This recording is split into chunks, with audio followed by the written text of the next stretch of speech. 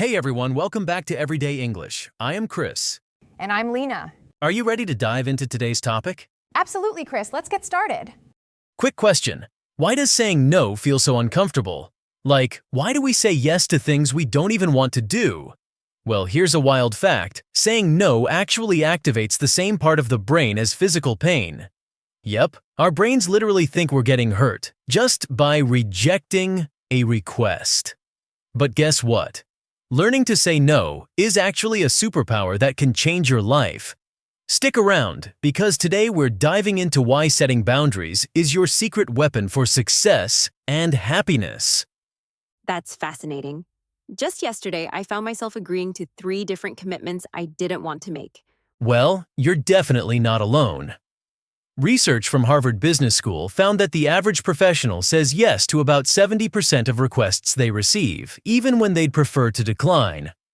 Those numbers are staggering. What's driving this constant need to say yes? You know, it's actually rooted in our evolutionary past. Anthropologists have found that in early human societies, being rejected from the group could mean death. So we developed this intense drive to be agreeable, just to survive. So we're basically running ancient software in a modern world. That explains why saying no feels so threatening even when the stakes are actually pretty low. Exactly right. And here's what's really interesting. Studies show that people who set clear boundaries and say no when necessary actually command more respect in both professional and personal relationships. That's so counterintuitive. We say yes thinking it'll make people like us more, but it might be having the opposite effect. Well, think about it this way. Warren Buffett once said that the difference between successful people and very successful people is that very successful people say no to almost everything. They understand that time is their most valuable resource. Oh, that reminds me of a study I read about time management. Researchers found that people who regularly say no to non-essential commitments report 40% higher productivity and 50% lower stress levels. Those numbers are compelling. And here's another surprising finding. When researchers tracked people's emotional responses to saying no, they found that while the initial discomfort lasted about 8 minutes on average, the relief of avoiding an unwanted commitment lasted for hours or even days. Well, that puts things in perspective. 8 minutes of discomfort versus potentially days of regret. Right. And there's more. A workplace study showed that employees who maintained clear boundaries were 34% less likely to experience burnout and 27% more likely to receive positive performance reviews. So by trying to please everyone, we might actually be undermining our own success. What are some practical strategies for saying no effectively? The research points to something called the pause, reflect, respond method. Instead of immediately saying yes, take 24 hours to consider if the request aligns with your priorities. Studies show this simple delay reduces impulsive commitments by over 60%. That makes so much sense. It gives you time to get past that initial people-pleasing impulse. Exactly. And here's another powerful technique, the positive no. Instead of apologizing, frame your no in terms of what you're choosing to prioritize. For example, I'm focusing on family time this weekend, rather than, I can't help with the project. You know, I've noticed that over-apologizing can actually make the other person feel more awkward about the situation. That's backed by research too.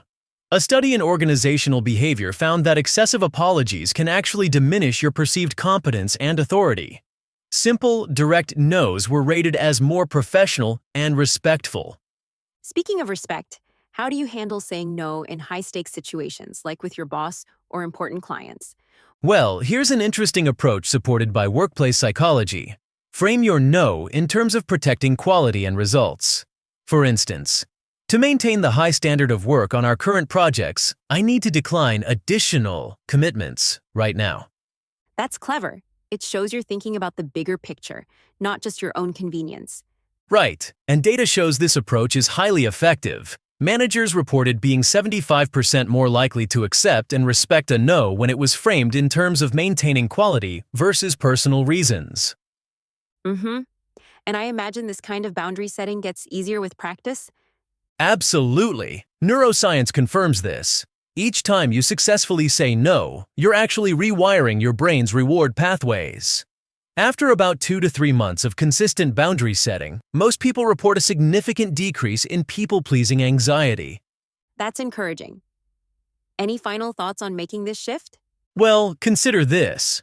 The average person will say yes to over 100,000 unnecessary commitments in their lifetime. Each time you say no to something that doesn't serve your goals, you're saying yes to what truly matters. Start small, be consistent, and remember, your time and energy are finite resources worth protecting. That really puts things in perspective. Thank you for this enlightening conversation about the power of no. And remember everyone, saying no isn't just about declining requests, it's about making space for your best yes. Alright, that's a wrap for today's episode. If you found this helpful, don't forget to like this video and subscribe to the channel so you won't miss out on more tips to improve your English. And hey, if you want to take your learning to the next level, check out the books I've linked in the description.